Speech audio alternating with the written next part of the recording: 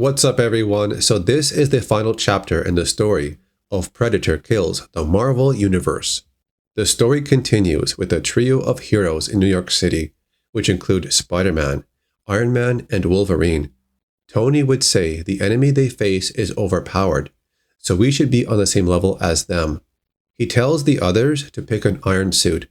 As they go over the details of the enemy they face, they find out the Predators are using vibranium, but they also have it.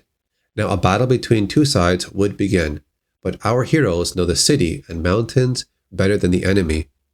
Tony also learned that the hunters they face would use thermal vision, but the iron suits our heroes are wearing can lower the body temperature to match their surrounding environment, which makes them almost invisible to the Predator's thermal vision. This would give our heroes the element of surprise, and one of the Preds gets taken out by Iron Man.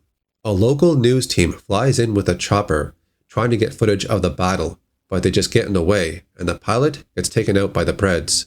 While Iron Man and Wolverine go up against the Preds, Spider-Man would save the people in the helicopter, because he chooses not to kill, unlike Iron Man and Wolverine. We see Wolverine go up against multiple Predators, but he takes them all down, but then he gets blasted by some energy beam, and the one who shows up is known as Graveyard, one of the two sons of the King Predator. The Yautja succeeded in their attack because of three factors: the knowledge and strategy from Kraven, the element of surprise, and the vibranium, also known as God Metal. But now other heroes have shown up using the same strategy. These heroes would arrive in New York City to battle against the Predators, the ones who invaded Wakanda and stole the vibranium. We then see Kraven inside his trophy room, but there's still one prey he wants to hunt down, and that is Spider-Man. Kraven starts to remember his time with the Yautja. They were hunters like him. They lived and died by the law of tooth and claw. But he also wondered if they were using him. Seconds later, another Predator appears behind Kraven. Kraven has no idea who this is, but he does not care.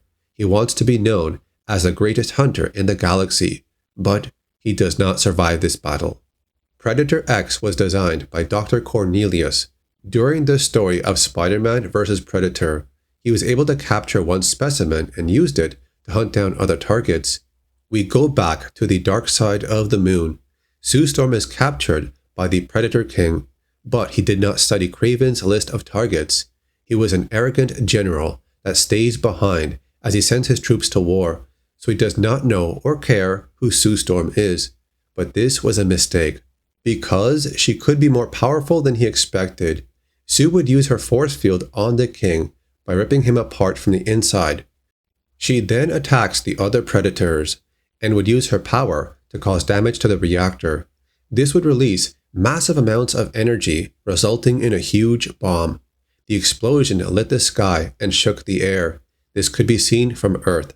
This would distract a Graveyard for a moment, enough time for Wolverine to strike and cut his leg off. The Pred is injured, so he takes off his mask. Logan goes into a rage. Losing Xavier and the X-Men pushes him into a frenzy. These are wounds that will never heal. He attacks Graveyard over and over until it's done. With the help of the Wakanda forces, they defeat the Predator army.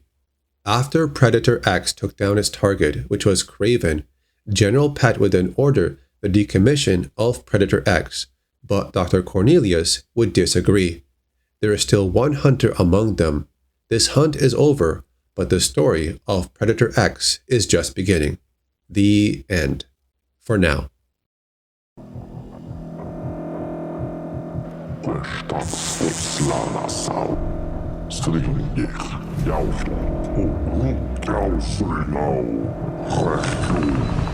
Yautja.